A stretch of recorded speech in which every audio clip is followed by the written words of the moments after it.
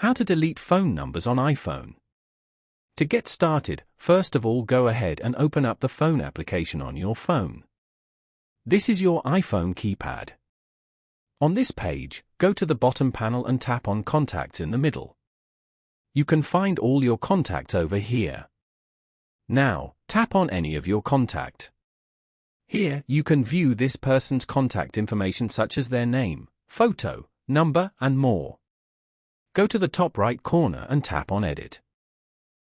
If you want to delete this contact, then scroll down to the end and tap on Delete Contact. Tap on Delete Contact again to confirm. You have now successfully deleted this contact. Following these steps, you can easily delete phone numbers on iPhone. Thank you for watching.